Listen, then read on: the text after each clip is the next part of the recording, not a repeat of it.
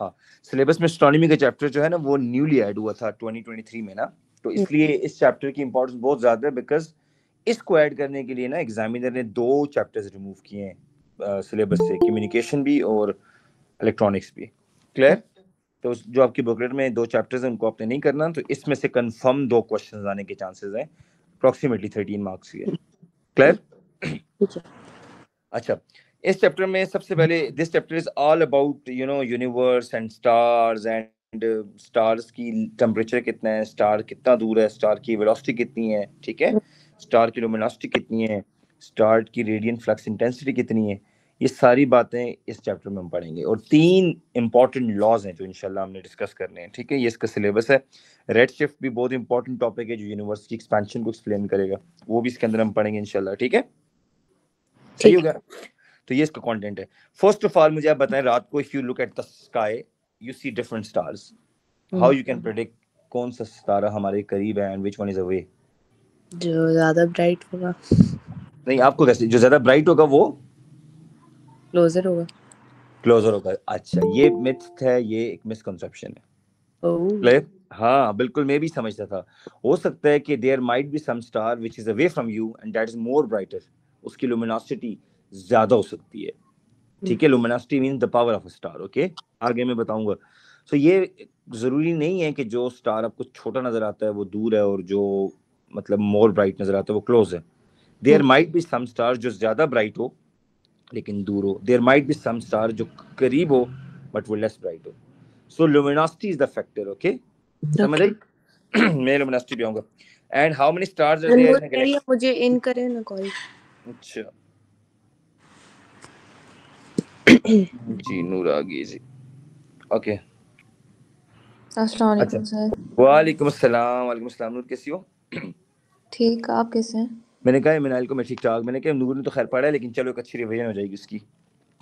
असल में ना और मसला कोई भी नहीं है, जिस दिन ना रमजान में रात को मेरी क्लासेस नहीं होंगी ना 1-2 ऑनलाइन, फिर मैं आपको रात की भी क्लास ले लूंगा, लेकिन आज मेरी बैक टू बैक क्लासेस है रात को, ठीक है।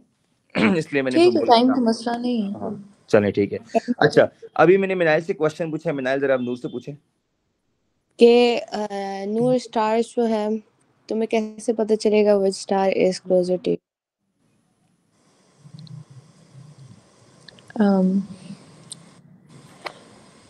हाँ नूर, हमें कैसे पता लगेगा कि which star is closer to us and which one is away from us? The light emitted from it, उस तरह कर सकते हैं। कौन सी लाइट? ब्राइटर मतलब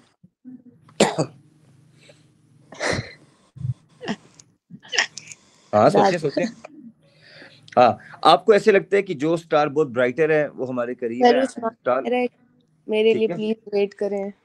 अच्छा, आप बताएं जरा मिनाइल, हाँ, how we get to know कि which star is closer and which one is away? लिखा हुआ है। अच्छा, पहले मिनाइल यूज्ड टू थिंक कि जो स्टार ज्यादा ब्राइट है, जो ज्यादा चमक रहा है, दैट इज क्लोजर, एंड जो छोटा नजर आ रहा है, जिसकी ब्राइटनेस कम फील हो रही है, वो दूर है। It's not like this. There might be some star which are much brighter but they are away from us, okay. So it depends कि स्टार का साइज, स्टार की luminosity, amount of energy radiated by a star, उस पर depend करता है। तो ये myth है कि जो स्टार छोटा नजर आ रहा है, कम शाइन कर रहा है, वो हमसे दूर है, ऐसा नहीं है, ठीक है। क्लियर हो गया?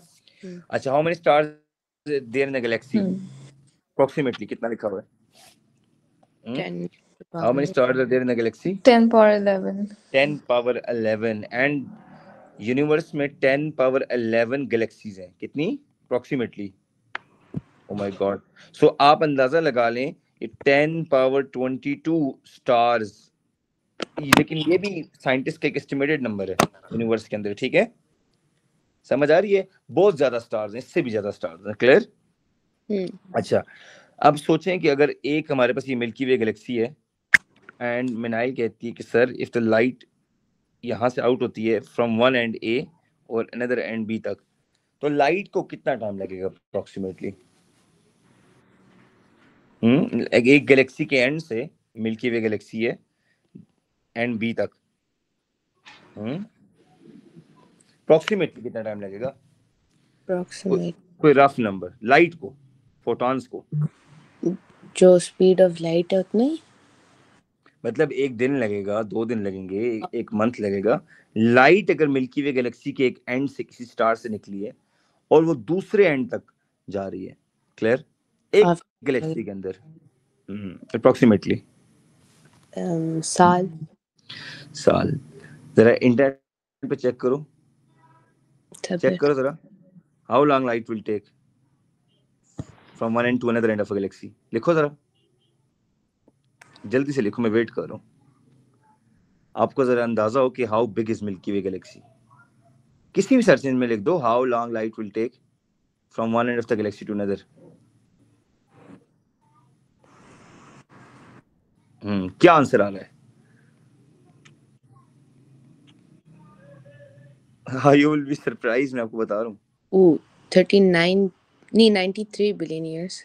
Oh my God, 93 billion years.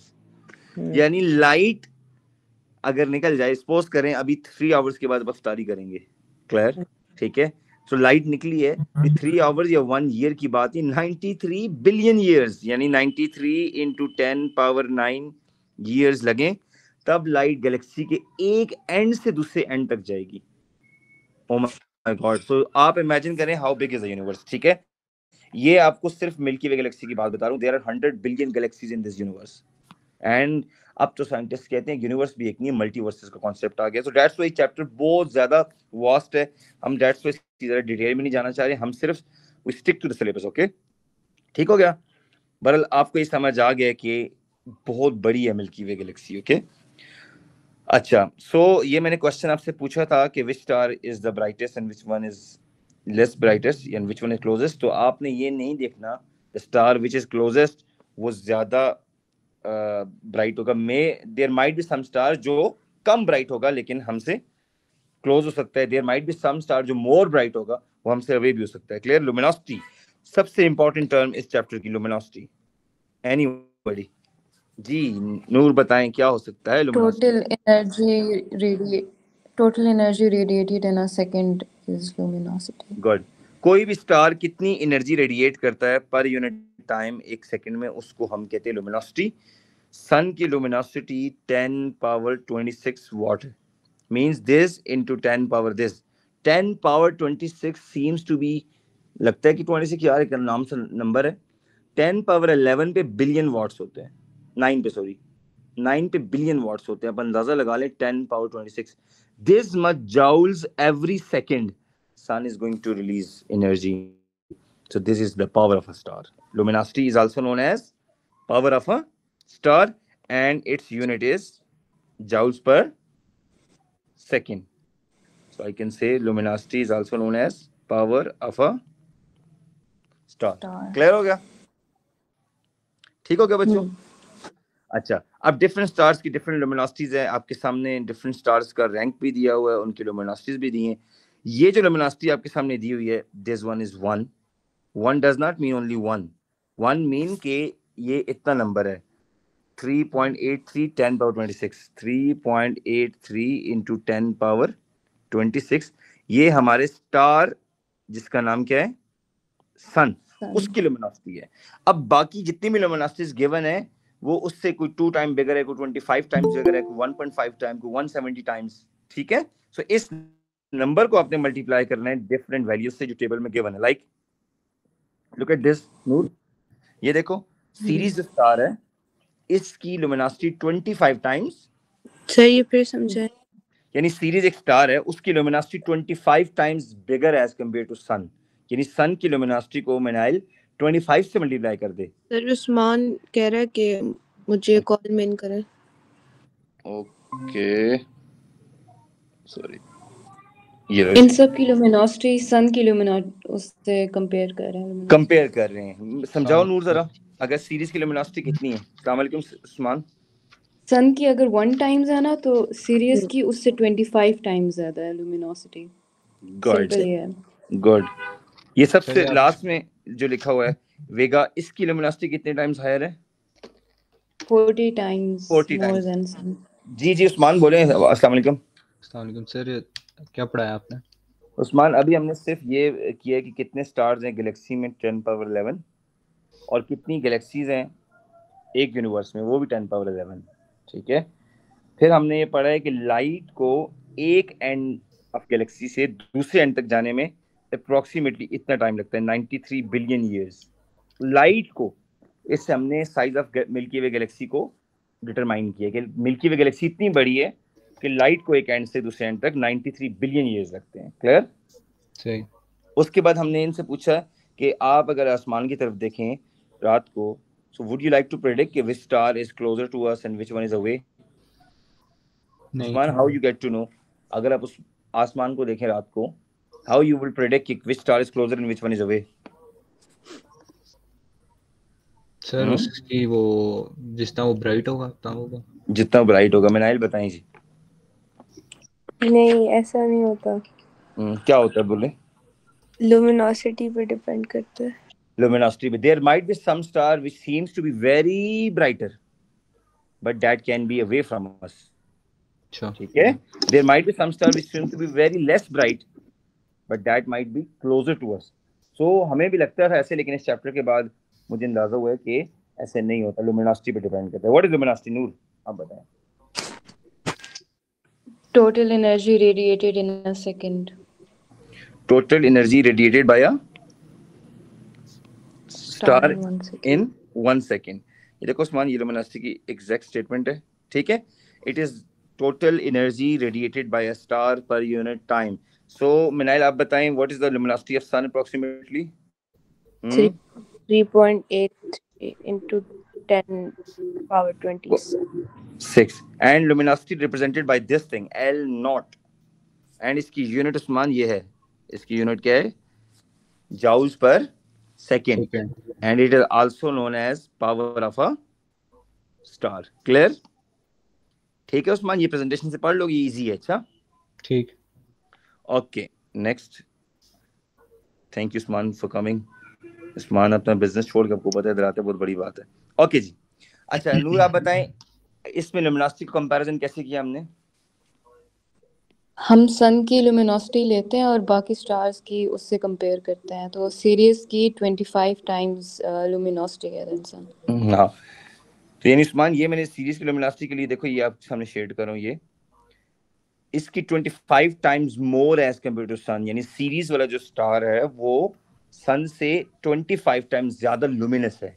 Luminous कहते हैं उस ऑब्जेक्ट को जो लाइट देता है। ठीक है, समझ आई? हमारी स्पेस में डिफरेंट ऑब्जेक्ट्स हैं, कुछ लुमिनस ऑब्जेक्ट्स हैं, कुछ नॉन लुमिनस ऑब्जेक्ट हैं।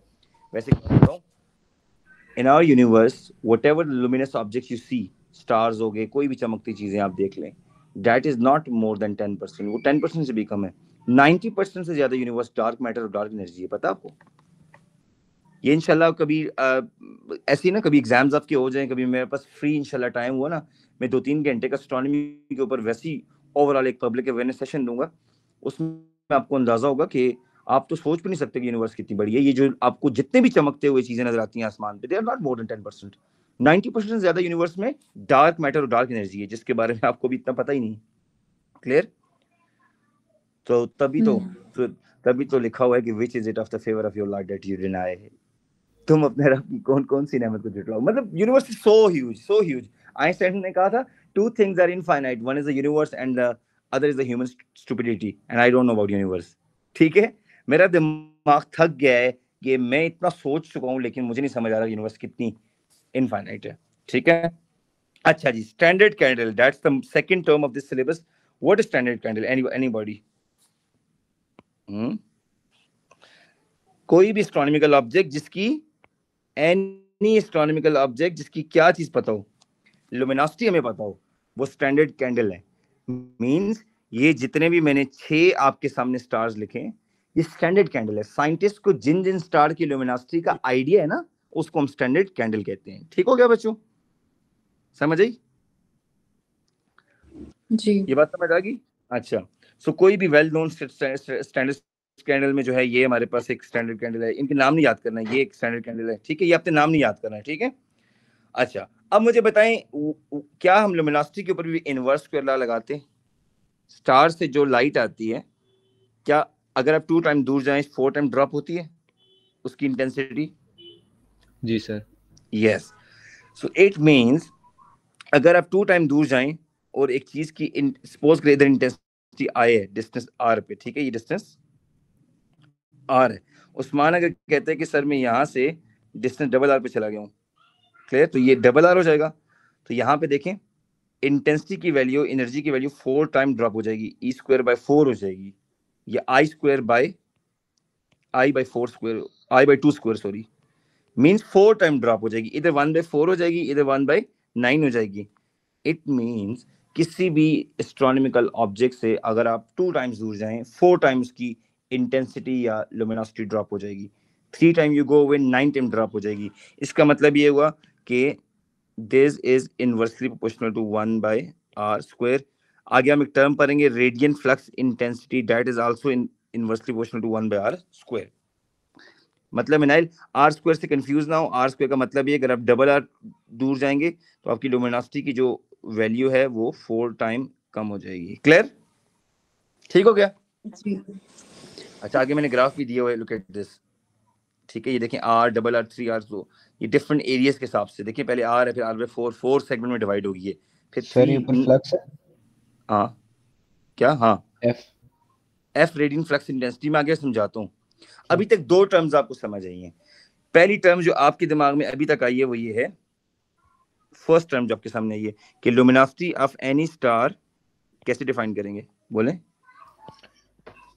Energy total energy radiated by star per unit time second. And it's unit is joules per second, Second. Also known as watts. ठीक है, सिंबल इसका W हो गया।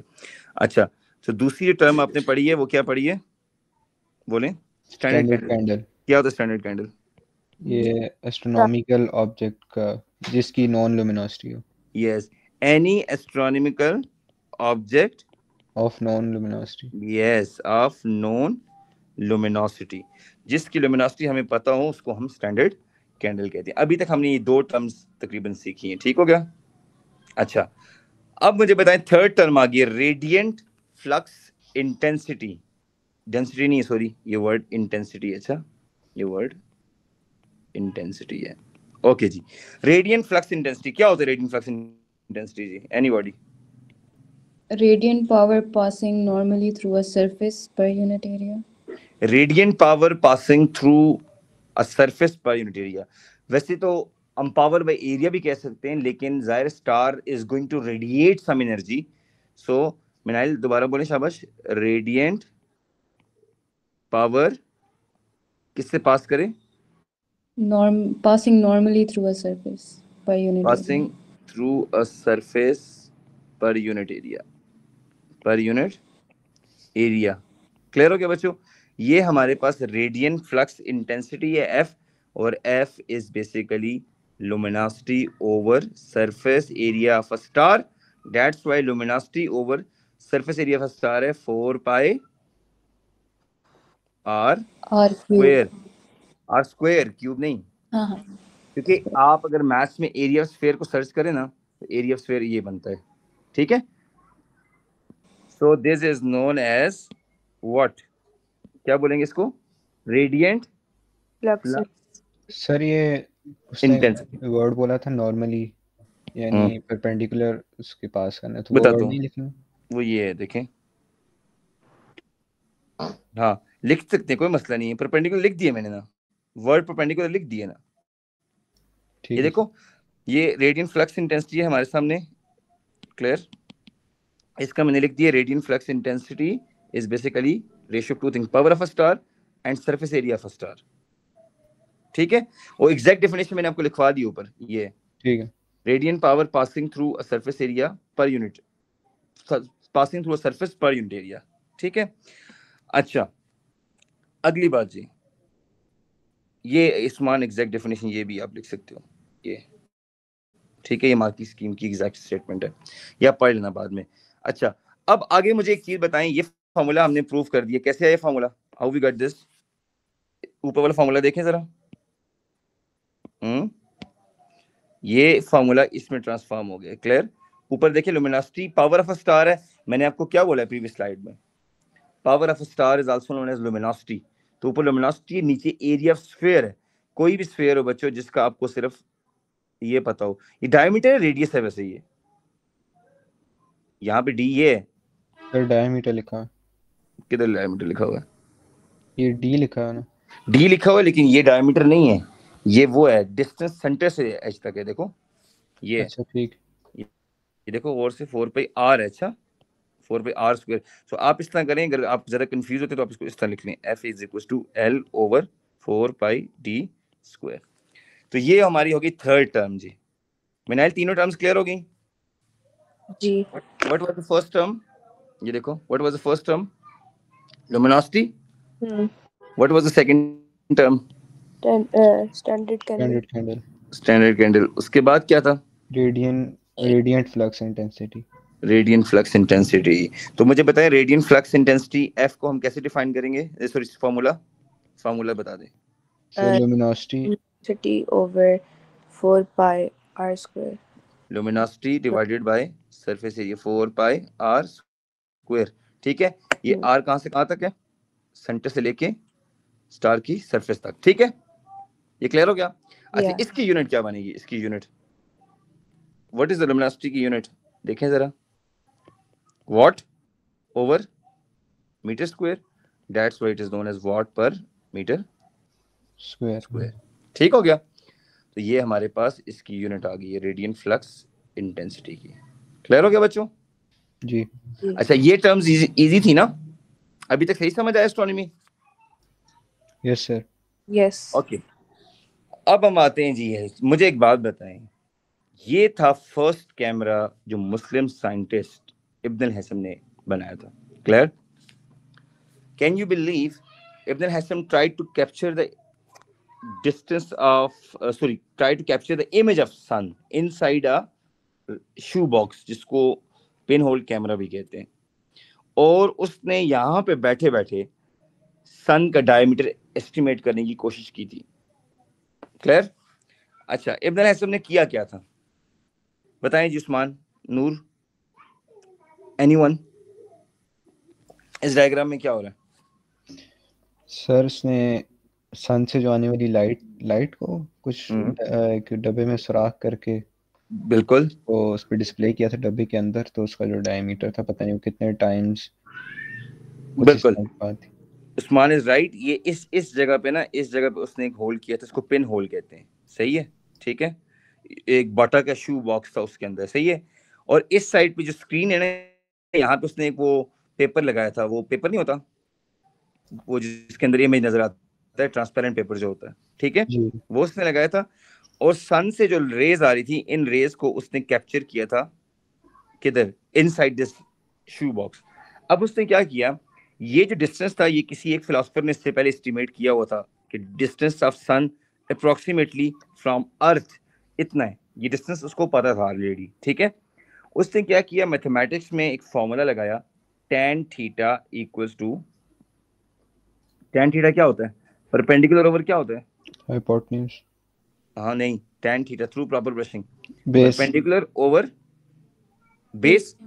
अच्छा अब ये जो, अगर हम इस एंगल को देखें ना, ये जो शू बॉक्स है, ठीक है, इसकी डायग्राम को अगर मैं जूम करके बताऊं तो ये इस तरह की कुछ डायग्राम बनती है। देखो, सॉरी, ये डायग्राम कुछ इस तरह की बनती है। लुक एट दिस, एक रे यहां से आ गई और एक रे यहां से आ गई। ठीक है, now imagine this is a shoe box, ये क्लियर, और यहाँ पे मैं कहता हूँ सन का इमेज बन रहा है। ये सन का क्या बन रहा है? इमेज बन रहा है। ठीक है, क्लियर हो गया? अच्छा अब मुझे बताएं, अगर मुझे ये डिस्टेंस पता हो, ये वाला डिस्टेंस, ये डिस्टेंस हमें पता हो, ये थीटा अभी मिसिंग है, right now this theta is missing. ठीक है, और ये हमारे पास दोबारा से सन है। क्लियर हो गया बच्चों? अब मुझे एक बात बताएं, if we see inside the shoe box को गौर से देखें, वी नो दिस थीटा, चले नहीं पता, लेट्स सपोज हमें ये थीटा नहीं पता अंदर वाला, हम एक काम करते हैं, क्या हमें ये डिस्टेंस पता लग सकता है? ये वाला? जी सर। ये वाला, गुड। अच्छा इसको हम कह देते हैं परपेंडिकुलर, हम क्या कहते हैं? परपेंडिकुलर। और ये जो इसका इमेज बना है, ये यहां से यहां तक, इसको हम बेस कह देते हैं। क्या कह देते हैं? Yes. बेस इसके सेंटर तक, ठीक है, क्लियर हो गया। अच्छा, जब हमें इसके सेंटर तक की बेस का पता है, परपेंडिकुलर का पता है, बिकॉज ज़ाहिर शू बॉक्स की लेंथ हमें पता होती है और परपेंडिकुलर पता लग गया जो सन का इमेज है, सो हम यहाँ पे क्या लगाते हैं, tan थीटा लगा के परपेंडिकुलर ओवर क्या कर देते हैं, बेस। तो यहाँ से उस्मान क्या करते हैं, tan इनवर्स लगा के परपेंडिकुलर ओवर बेस में से थीटा निकाल लेता है। Now whatever the theta are there, maths क्या कहता है, कंग्रुएंट एंगल जो ऑपोजिट एंगल है वो सेम होते नहीं होते? जी होते हैं। होते हैं ना। इसका मतलब ये हो कि ये वाला जो थीटा है, ये वाला theta, this theta and this theta, they both are same ना, ठीक है। सो हम दोबारा यही फॉर्मूला इस पे लगाते हैं, tan theta is equals to perpendicular, ये चीज है सर ये हमने फाइंड करना है, ये परपेंडिकुलर है, यस हमें फाइंड करना है, और ये डिस्टेंस जो है जिसको हम बेस कह रहे हैं, ये हमें ये पता किसी है। फिलोसफर ने ऑलरेडी प्रिडिक्ट किया हुआ था। सो परपेंडिकुलर ओवर बेस, अब ये भी हमें पता है, ये भी पता है, इसको हम तो मल्टीप्लाई करेंगे, हमारे पास परपेंडिकुलर आ जाएगा। तो इस तरह से डायमीटर ऑफ सन को हम अप्रोक्सीमेटली एस्टिमेट कर सकते हैं। क्लियर हो गया बच्चों? ये जो था, this was the first experimental diagram, जो इसको हम कहते हैं पिन होल कैमरा। एंड मजे की बात ये है, this camera is invented not by any western nations but the Muslim scientist, and his name was Ibn al Haytham. क्या नाम था? इब्न अल हैसम ने फर्स्ट पिन होल कैमरा बताया। क्लियर हो गया मिनाइल? क्लियर हो गया ये कॉन्सेप्ट? ये बाद में प्रेजेंटेशन से पढ़ना है। So this is how Ibn al Haytham predicted diameter of a sun, ठीक है। I think Ibn al Haytham live in Basra, the city of Iraq, वहां पे रहता था, ठीक है। अच्छा, अब आते हैं जी नेक्स्ट, 3 इंपॉर्टेंट लॉज हैं। अगर आप ये लॉज सीखेंगे, यू विल टेक जस्ट आपका सिर्फ 30 मिनट्स लगेंगे और आपका ये चैप्टर कंप्लीट होगा। 3 लॉज हैं जो इस चैप्टर में इंपॉर्टेंट है। इन तीनों लॉज के सिर्फ मैं नाम लिख देता हूँ। चलें आप लोग बताएं, नूर, कौन कौन से लॉज उस्मान हमने पढ़े? 3 Wien's displacement law. लॉज। पहला लॉ है, yes, Wien, Wien's displacement law. Good, Wien displacement law. Second one Usman कौन सा है? सर मैंने ये नहीं पढ़ा हुआ इससे पहले। अच्छा, good, Stefan Boltzmann. Yes, second है स्टीफन बोल्ट्जमैन लॉ, गुड। और थर्ड, यस नूर? Hubble's Hubble, law. क्या? हब्बल्स लॉ। अच्छा, मजे की बात बताऊं, ये 3 बंदों के 3 डिफरेंट लॉज हैं, और ये 3 डिफरेंट लॉज हमें 3 डिफरेंट टाइप्स ऑफ इंफॉर्मेशन देते हैं। फॉर एग्जांपल, अगर एक बच्चा कहता है सर वीन डिस्प्लेसमेंट लॉ किस चीज के बारे में प्रेडिक्ट करेगा, नूर बताएं।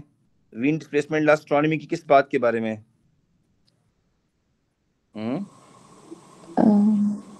सोचें। ये डिस्प्लेसमेंट के बारे में नहीं, ये maximum wavelength of a star versus temperature of a star के, versus surface temperature of a star, versus surface temperature. मैं आपको डिटेल में पढ़ाने से पहले इसलिए बता रहा हूँ कि माइंडसेट बन जाए कि ये लॉज किसके बारे में। ये maximum wavelength emitted from a star versus temperature के बारे में, ठीक है। स्टीफन बोल्ट्जमैन लॉ, ये किसी भी स्टार की radiant flux intensity versus temperature के बारे में। और हबल्स लॉ, स्टार्स की रिसेशनल वेलोसिटी, स्टार की recessional velocity versus distance of a star from observer के बारे में। ये 3 लॉज जब आप पढ़ेंगे आप कहेंगे अच्छा सर, इस तरह से साइंटिस्ट निकालते हैं distance of a star from earth, इस तरह से साइंटिस्ट मेजर करते हैं रेडियस, लुमिनोसिटी, किस स्पीड से स्टार हमसे दूर जा रहा है। तो ये लॉज आप पढ़ेंगे तो आपको समझ आएगी, ठीक हो गया। फिर आपको एक्सपेंशन ऑफ यूनिवर्स का भी आइडिया होगा, यूनिवर्स एक्सपैंड क्यों कर रही है, उसका एविडेंस क्या है, ठीक है। तो बताएं शाबाश उस्मान, कितने लॉज और किस किस के बारे में? सर 3 लॉज हैं। वेन्स लॉ जो है, veins displacement law, maximum displacement, maximum wavelength star versus temperature the surface of the star. और स्टीफन बोल्ट्जमैन लॉ जो है वो हमारा flux intensity versus temperature. Very well done. और हबल्स लॉ जो है हमारा वो डिस्टेंस वर्सेस ये रिसेशनल वेलोसिटी को है। वेरी गुड मिनाइल, ये क्लियर है? अभी मैं इन लॉज पे जाऊं 1 बाय 1। जी। माइंडसेट बन गया ना कि हमने इन लॉज में क्या की चीजें पढ़नी है। अब देखें, लुक एट दिस, अच्छा, बड़े मजे का लाए। सबसे पहला लॉ, इस लॉ का नाम है वीन डिस्प्लेसमेंट लॉ। क्लियर? अच्छा, वीन डिस्प्लेसमेंट लॉ ये कहता है किसी भी स्टार से जो मैक्सिमम वेवलेंथ आ रही है, maximum wavelength emitted from a star is inversely proportional to surface temperature of a star.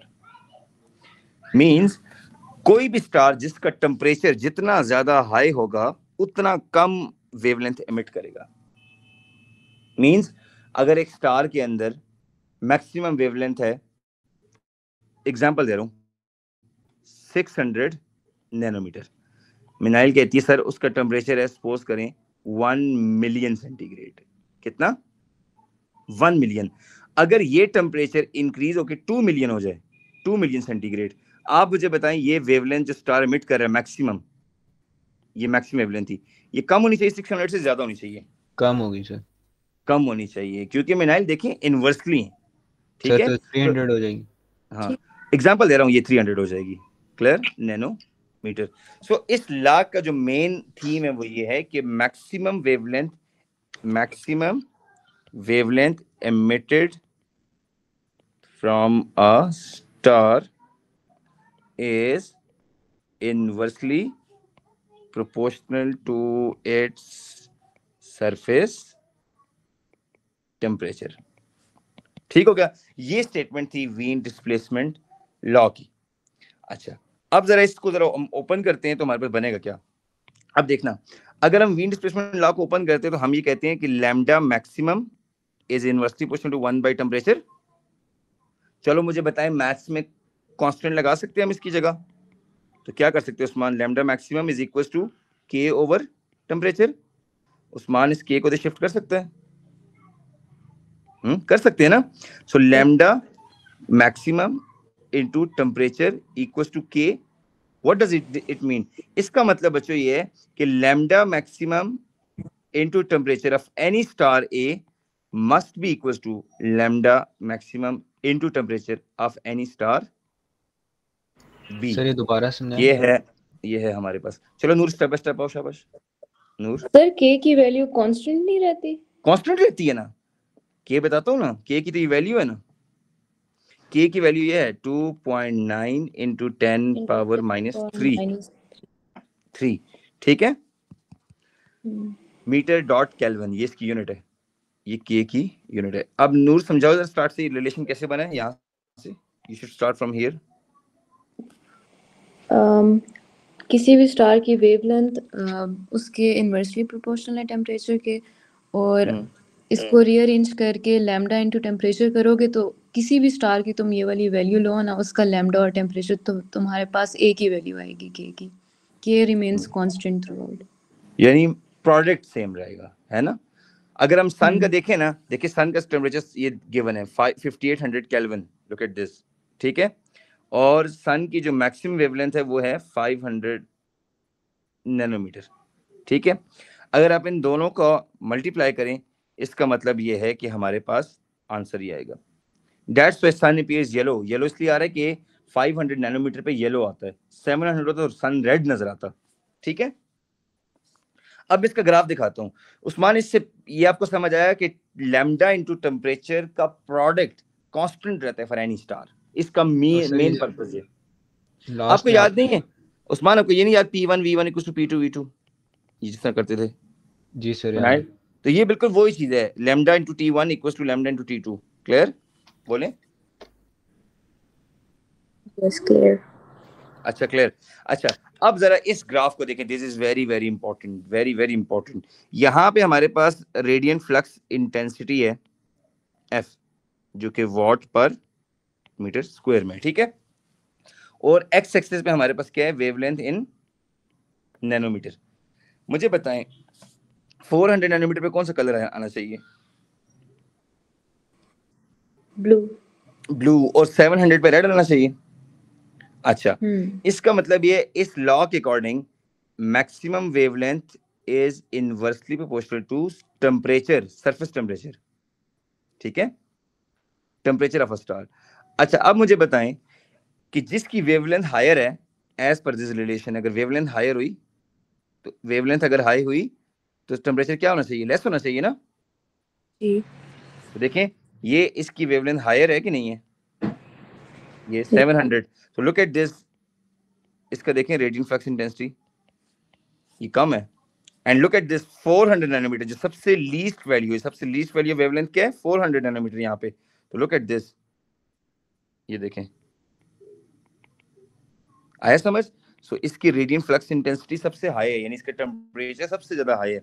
That's why blue star, yellow star and red star, it depends upon temperature. इससे एक बात पता चल रही है, कोई स्टार जब अपनी पीक पे होगा, कोई स्टार अपनी पीक पे होगा, it seems to be a blue star. जब वो अपनी मीडियम स्टेज में होगा, मीडियम स्टेज में, then it seems to be a yellow star, like our सन।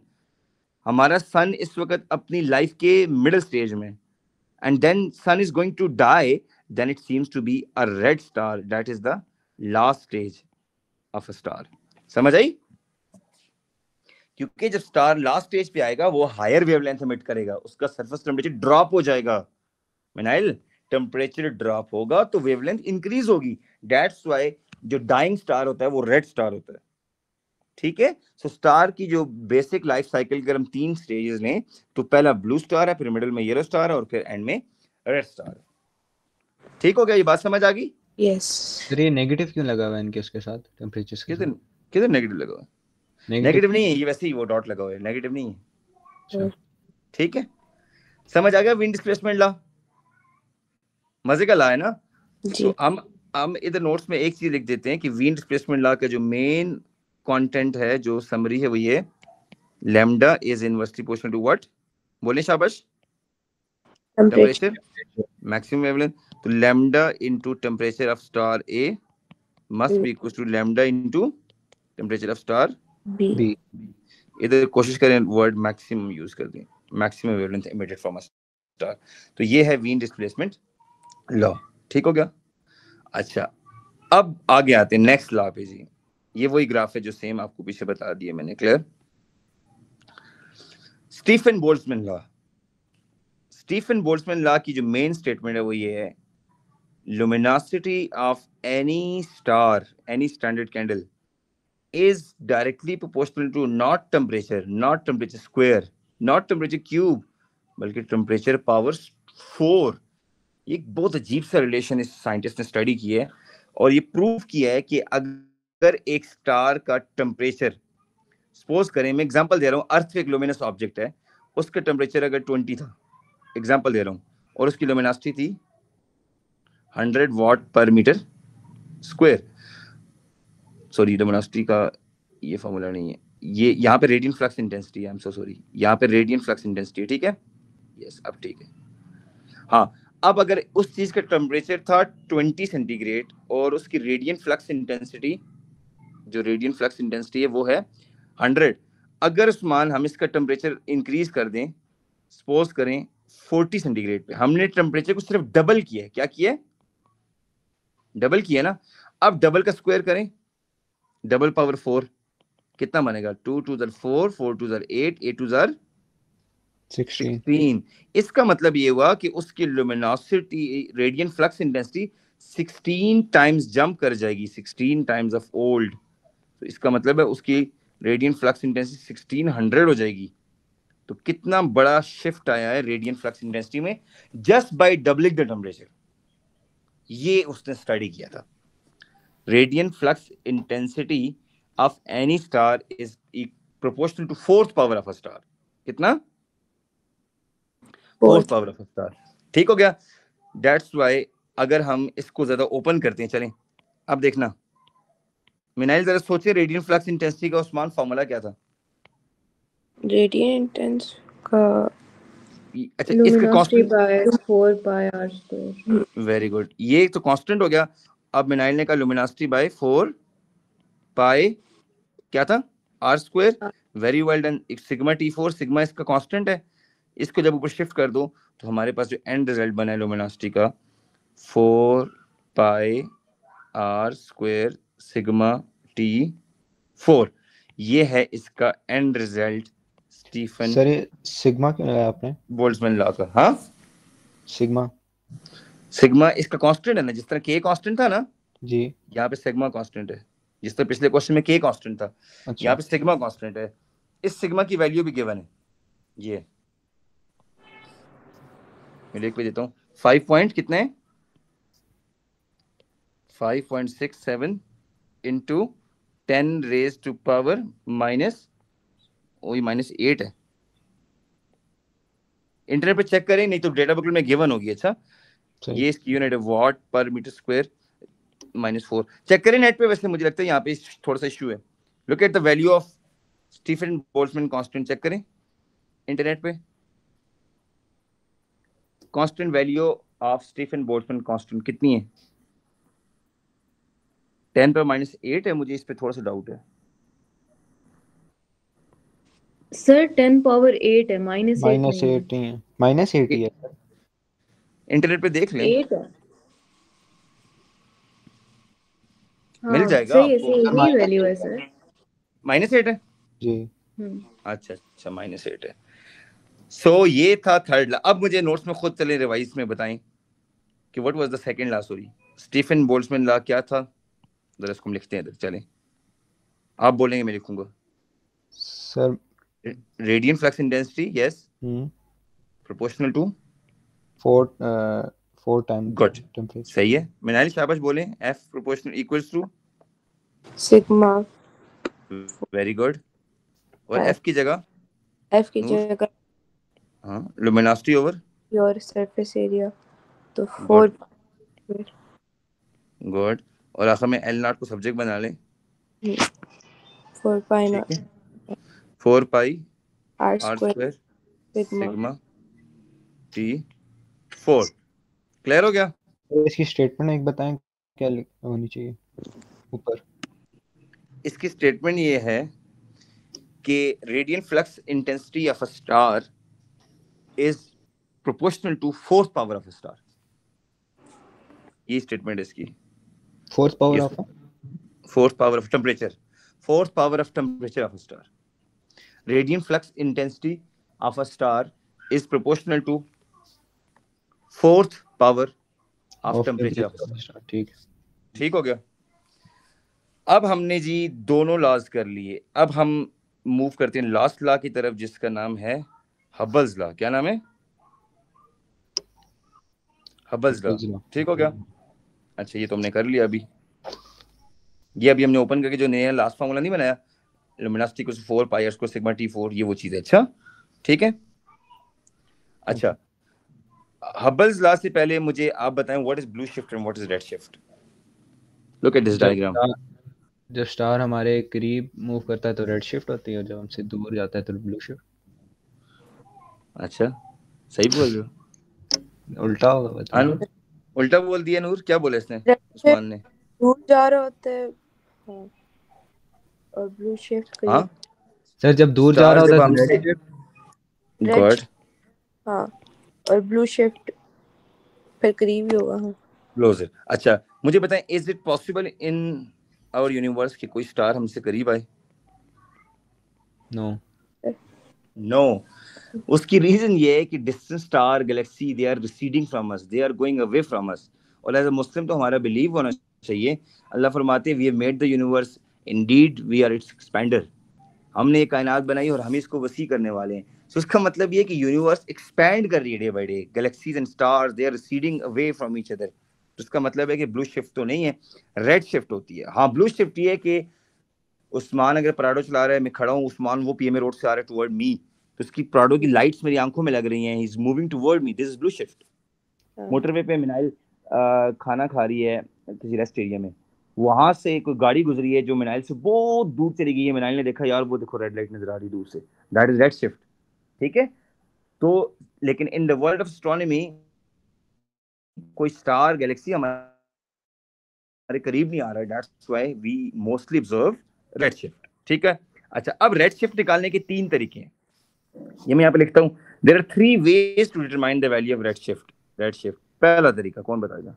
नूर, क्या है? Change in lambda by initial value. Yes, change in wavelength over original wavelength of a colour, ये initial wavelength. और second method Usman? Sir पता नहीं। Second method क्या है? Frequency divide by change in frequency over actual frequency, और तीसरा method V divided by C, V by C। अच्छा, ये रेड शिफ्ट निकालने के 3 तरीके हैं मिनाइल। रेड शिफ्ट जब भी आपको फाइंड करना होगा, इसके 3 मेथड हैं। आपको समझाता हूँ। Change in wavelength over true wavelength क्या है। फॉर एग्जांपल, ये एक स्टार है, उस्मान कहते हैं इसकी वेवलेंथ है 620 नैनोमीटर, ठीक है। ये हमने ऑब्जर्व किया what is the month going on, March है, मार्च में। अच्छा, मैं यहाँ पे लिख देता हूँ मार्च में। अब हुआ ये कि अप्रैल या लेट्स सपोज जून में उस्मान ने दोबारा वेवलेंथ को ऑब्जर्व किया, स्टार्स की वेवलेंथ को। Usman was working as a engineer in NASA head office. इसका काम था कि स्टार की वेवलेंथ को मॉनिटर करो तुम। उस्मान ने 620 नैनोमीटर मार्च में ऑब्जर्व किया।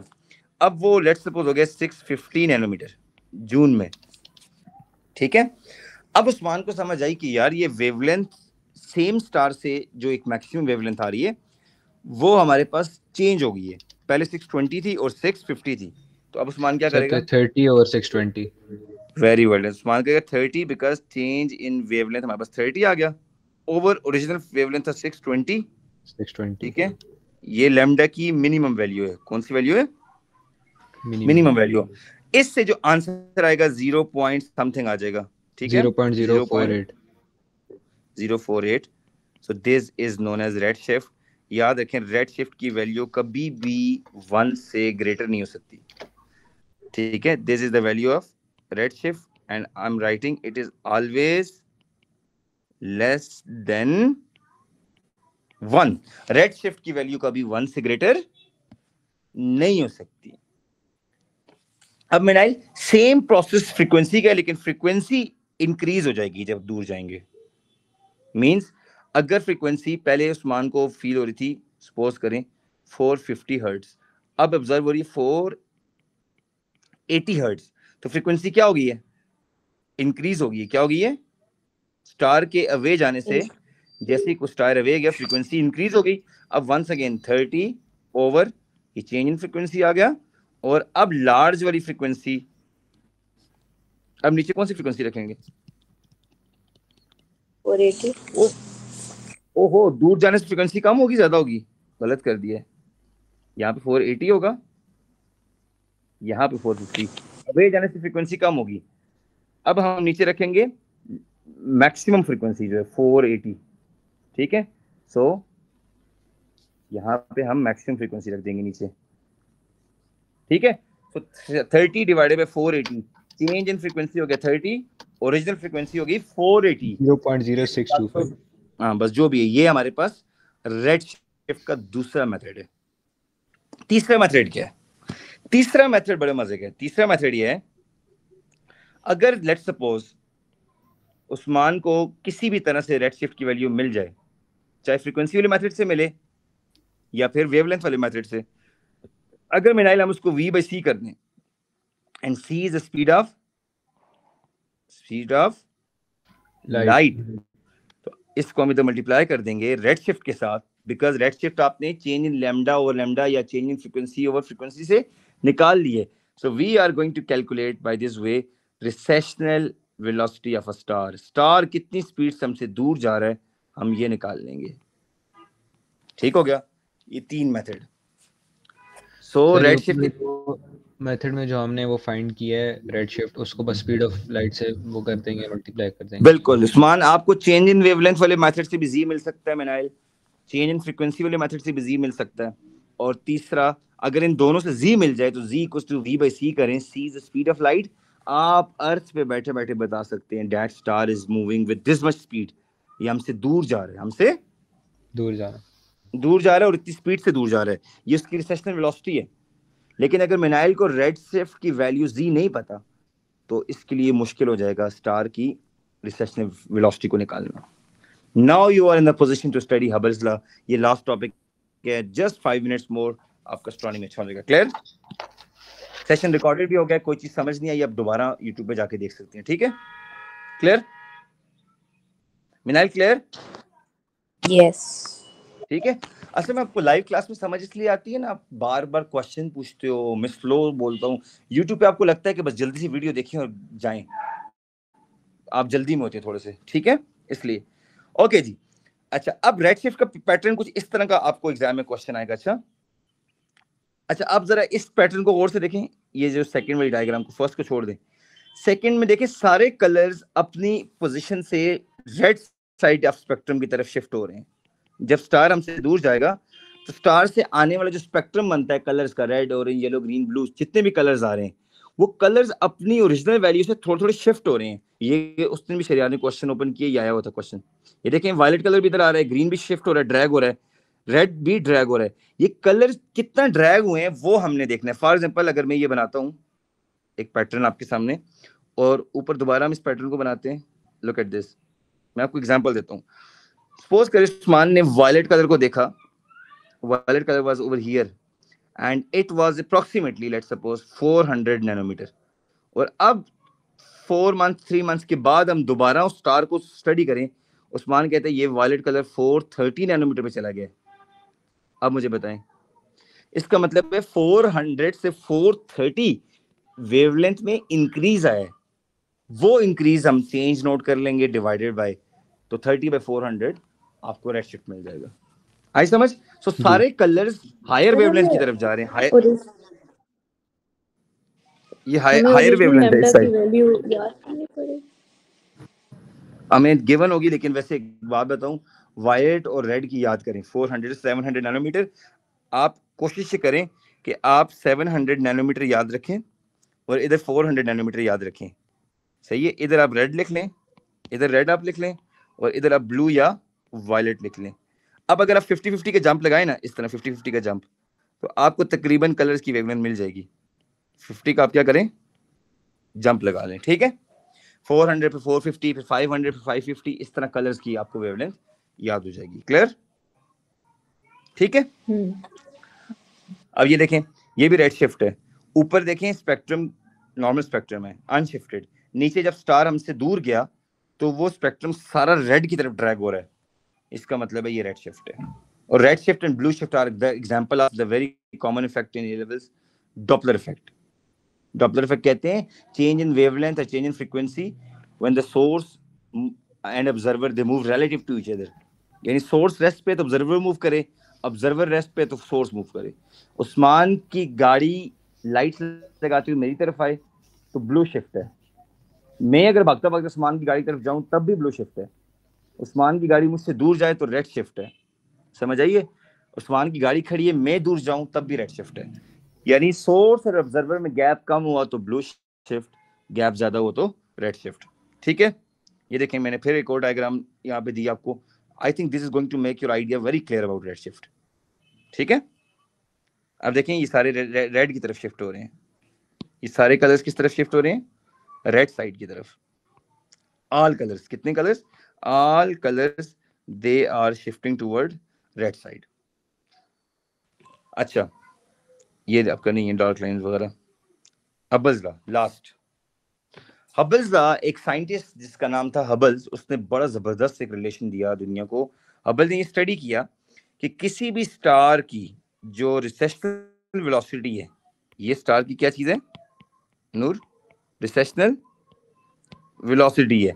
ये डायरेक्टली प्रोपोर्शनल है distance of that star from observer. Distance of that star from observer. किसी भी स्टार की recessional velocity v is directly proportional to distance of that star from observer. This relationship is given by Hubble law. बड़ा जबरदस्त। देखते में ये simple सा relation है कि यार स्टार जितना दूर होगा उतना स्पीड से मूव कर रहा है। यानी मैंने क्लास में उस दिन कहा, let's suppose Minahil is having 2 cousins or friends, one in Islamabad रैप्टाबाद, वन इन अमेरिका। ठीक है, मिनाइल कहती है ये दोनों हमसे दूर हो रहे हैं, लेकिन जो इस्लामाबाद में रह रहे हैं वो तो चलो फिर भी कभी हफ्ते बाद नजर आता होगा, लेकिन जो अमेरिका वाला है वो बहुत ज्यादा दूर हो गए। इससे ये प्रूव होता है कि if the star or a galaxy is away from you तो उसकी रिसेशनल वेलोसिटी बहुत ज्यादा होगी as compare to that star or galaxy which is closer to you. Further the star, faster the star move, closer the star, slower the star move. ये juice है, crux है Hubble law का। जितना करीब होगा आपका फ्रेंड, वो भी आपको छोड़ के जा रहा है लेकिन स्लो स्पीड से, और जो फ्रेंड ऑलरेडी किसी फॉरेन कंट्री में, वो बहुत ज्यादा स्पीड से आपसे दूर जाएगा। उसकी रीजन ये है कि उसका डिस्टेंस आपसे बहुत ज्यादा है। तो this is going to explain the expansion of universe. तो हबल ने कहा था कि जो स्टार या गैलेक्सी हमसे दूर चली गई हैं, वो कांस्टेंट स्पीड से नहीं, एक्सेलरेटेड उससे जा रही हैं दूर। तो यानी यूनिवर्स इस तरह एक्सपैंड नहीं कर रही, यूनिवर्स इस तरह एक्सपैंड कर रही है। ये अब समझ आ रही है? अब समझ आइए नूर जी। तो जितना कोई दूर होगा आपसे, वो उतनी ज्यादा स्पीड से दूर जाएगा। तो यहाँ पे कितना जबरदस्त लिखा हुआ है, more distant a galaxy is the faster the receptional velocity. Receptional कहते हैं दूर जाने की वेलोसिटी। और इसमें अगर आप हबल कांस्टेंट की वैल्यू देखें तो ये 2.4 इंटू 10 पावर माइनस 18, ये हबल कांस्टेंट की वैल्यू आप इस ग्राफ से भी निकाल सकते हैं। किस ग्राफ से? इधर वेलोसिटी हो, इधर डी हो। इस ग्राफ का ग्रेडियंट एग्जाम में अगर मांगे तो that gradient directly gives U H not. क्या चीज? H not. आई समझ? ठीक हो गया बच्चों? ये देखें, इस ग्राफ का ग्रेडियंट आप क्या निकालेंगे? ग्राफ का ग्रेडियंट किसके इक्वल है? हबल कांस्टेंट के। किसके इक्वल है? हबल कांस्टेंट के। ठीक है। बाकी ये कि अच्छा, इस ग्राफ में बहुत ज्यादा अनसर्टेनिटीज आती हैं हबल के ग्राफ में। ये लाइन जितनी स्ट्रेट ऐसे नजर आती है, ऐसे नहीं है। इस लाइन के ऊपर बहुत ज्यादा इस तरह क्या है, अनसर्टेनिटीज हैं, बहुत ज्यादा। उसकी वजह ये है कि स्पेस का डेटा है ना, तो लाइट जब डिफरेंट दूर से आती है, बीच में हमारी एटमॉस्फेयर में डिफरेंट तरह की डेंसिटीज है, वहां से पास होकर आती है, तो हमारी वैल्यूज स्कैटर्ड करती हैं बहुत ज्यादा around the true value. That's why we make an estimated line.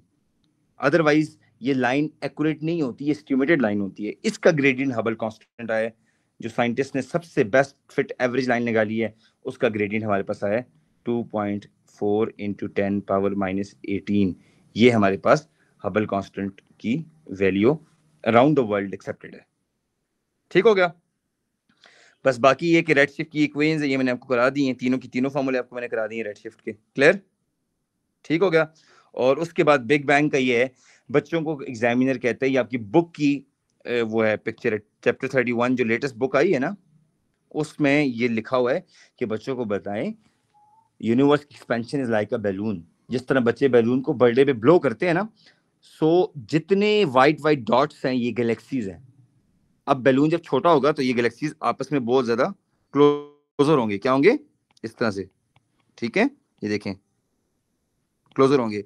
But the moment आप बैलून को इन्फ्लेट करते हैं तो ये डॉट्स के बीच का गैप ज्यादा हो रहा है। रीजन ये कि बैलून की फैब्रिक इंक्रीज हो रही है, बैलून खुद बड़ा हो रहा है। तो दैट्स व्हाई गैलेक्सीज का जो आपस में गैप है वो क्या होता जा रहा है? इंक्रीज होता जा रहा है। That's the evidence that the universe is what? Expanding. Universe is expanding. हाँ, ये जो गैलेक्सीज हैं ये they are going away from each other. आप देखें ना, बैलून पे हैप्पी बर्थडे लिखा हो तो बैलून में जब हवा नहीं होती, हैप्पी कितना क्लोज होता है, बर्थडे भी क्लोज होता है। बट द मोमेंट आप ऐसे करते हैं तो HAPPY हैप्पी वाले लेटर्स में और बर्थडे लेटर्स में गैप देखा आपने कितना ज्यादा हो जाता है। So this is the clear cut evidence that the universe is expanding. So this was our and of the chapter. Clear? Astronomy हमारा क्लियर हो गया, ये समरी है इसकी। ठीक है? ठीक है। क्लियर हो गया?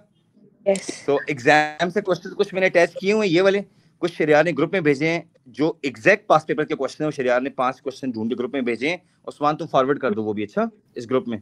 ठीक है? So this was the end of the astronomy. I hope you like it. समझ आया?